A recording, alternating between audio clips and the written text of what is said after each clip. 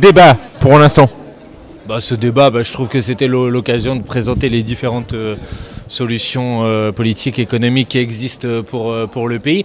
Et je pense que finalement, on a bien vu qu'il y a d'un côté ceux qui veulent continuer dans la continuité de la politique économique qui est à l'œuvre dans ce pays depuis plusieurs décennies. C'est une politique de l'offre, c'est une politique où on multiplie en quelque sorte les avantages fiscaux pour les grandes entreprises en considérant que ça va ruisseler sur l'économie tout entière. Et ça nous a mis dans la situation actuelle, qui est une situation désastreuse en matière sociale, en matière économique, en matière écologique.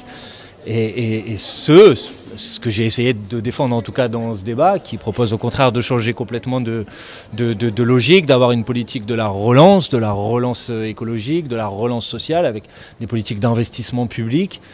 Et je pense que c'est ce dont on a besoin. Et donc d'un certain point de vue, ça préfigurait peut-être le débat qu'on va avoir le 8 septembre prochain, puisque...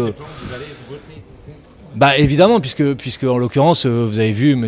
Attal, M. Retailleau, M. Bardella aussi, d'un certain point de vue, défendre cette continuité de cette politique économique. Moi, j'y suis totalement opposé, pour des raisons évidemment sociales, de justice, mais aussi pour des raisons d'efficacité économique. Je pense que les entreprises en France, elles souffrent de la multiplication de ces politiques d'austérité qui se traduisent par de la récession économique. Et quand vous avez de la récession économique, forcément, vous avez aussi des entreprises qui ont plus de difficultés. Donc vous avez, comme vous avez cette année, des records de faillite.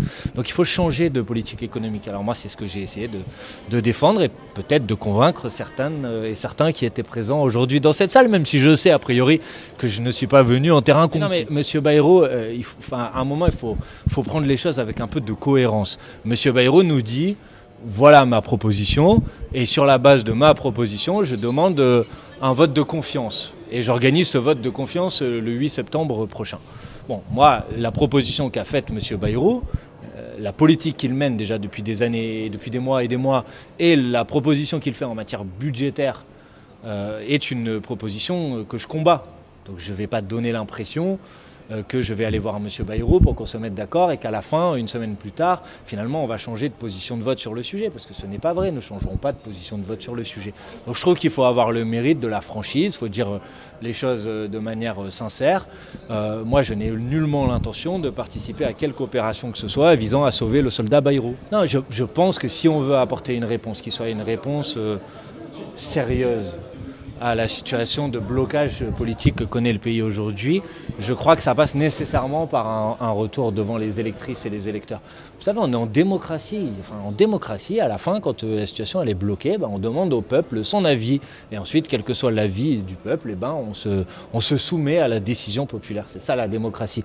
Donc on voit bien que le président de la République, en quelque sorte, cherche à continuer à imposer sa politique en imposant des gouvernements qui sont minoritaires. On a déjà 2 gouvernements qui vont être tombés dans une année. On ne va pas vivre encore pendant 2 ans au rythme des gouvernements qui tombent tous les 3 mois. Enfin, le pays, il n'a pas besoin de ça. Il y a des grands sujets devant nous. On a besoin d'avoir une politique, de pouvoir déployer une politique et une politique alternative. Pour autant, ça ne veut pas dire que le 10 septembre, il ne faut plus se mobiliser, bien au contraire.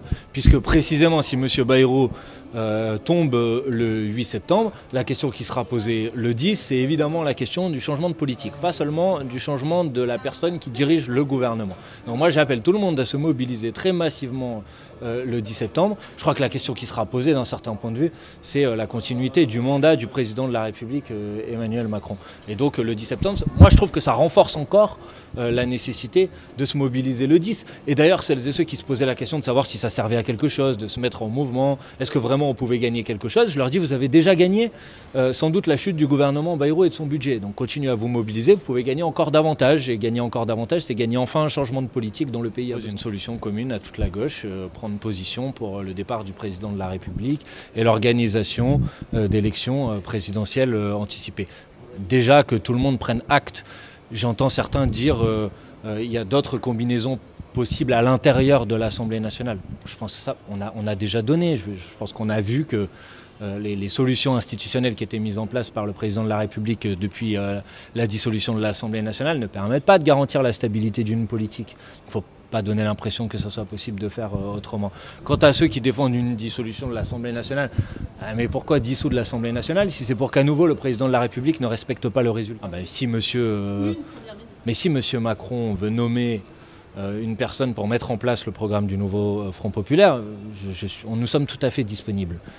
Mais la réalité mérite de dire que dans ce cas-là, nous irons devant l'Assemblée nationale, que nous demanderons la confiance sur la politique qui est celle du programme du nouveau Front Populaire, et que l'hypothèse qu'à ce moment-là nous soyons à nouveau censurés est une hypothèse qui existe. Donc du point de vue du rétablissement d'une forme de stabilité politique, je ne suis pas sûr que cette solution permette de répondre à la problématique que l'on connaît aujourd'hui. Et Bernard Cazeneuve?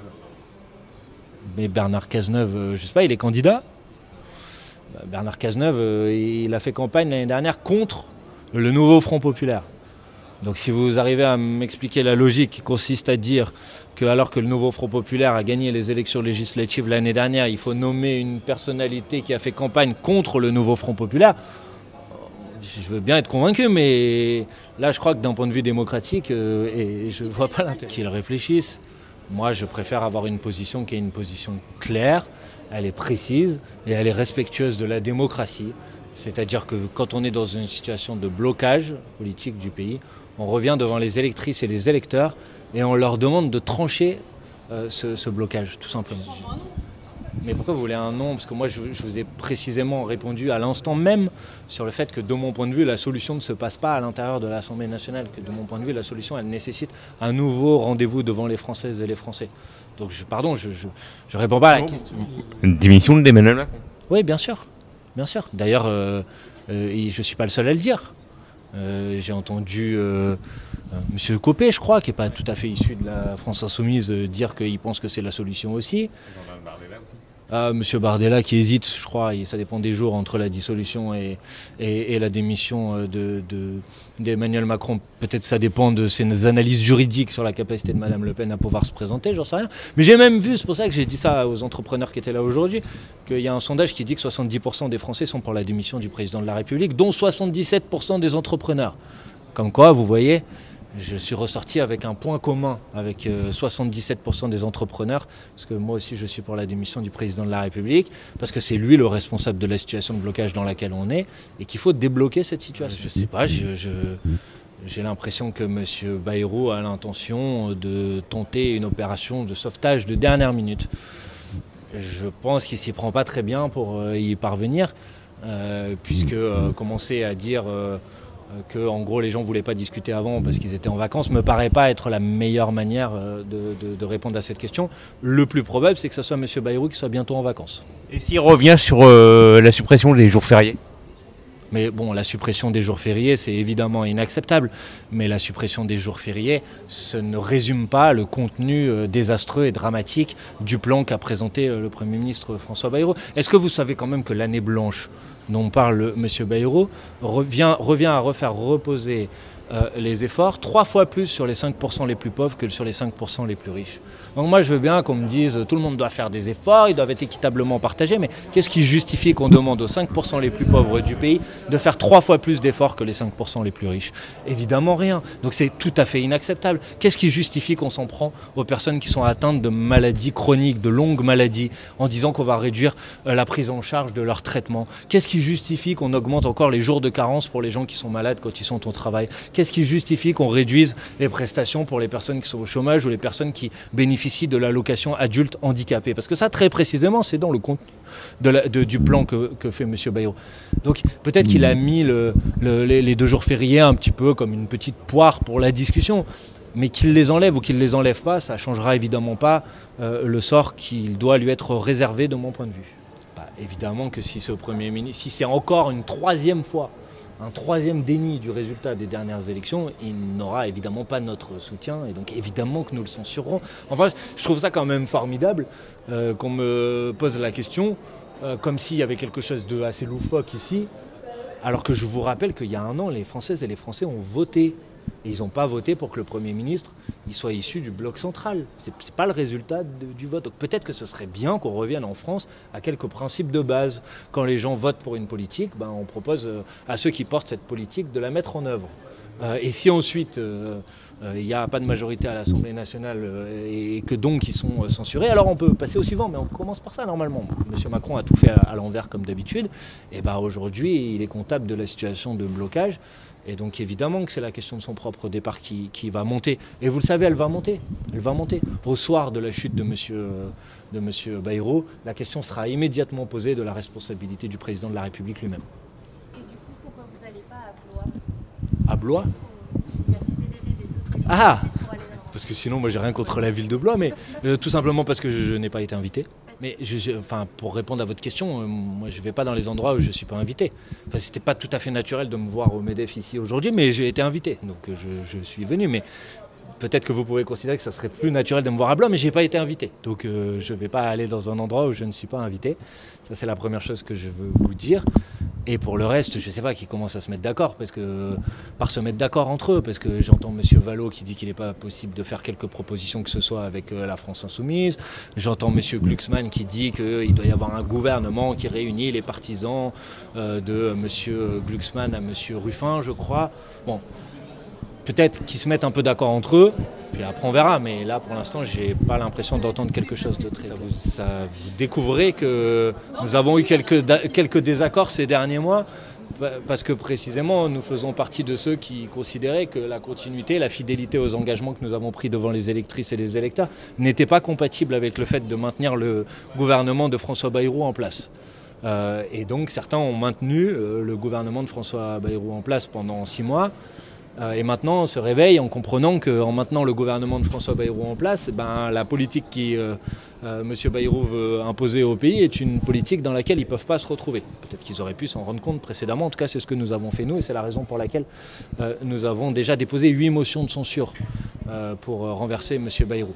Donc vous comprenez que ce n'est pas aujourd'hui que je vais changer d'avis sur ce qui s'apparente à la 9e et aller voir M. Bayrou pour finalement décider de ne plus censurer un gouvernement alors qu'on a proposé pendant 8 fois de le censurer. Madame, je pense que ce qui est important c'est de porter une proposition qui soit une proposition de sortie de crise pour le pays.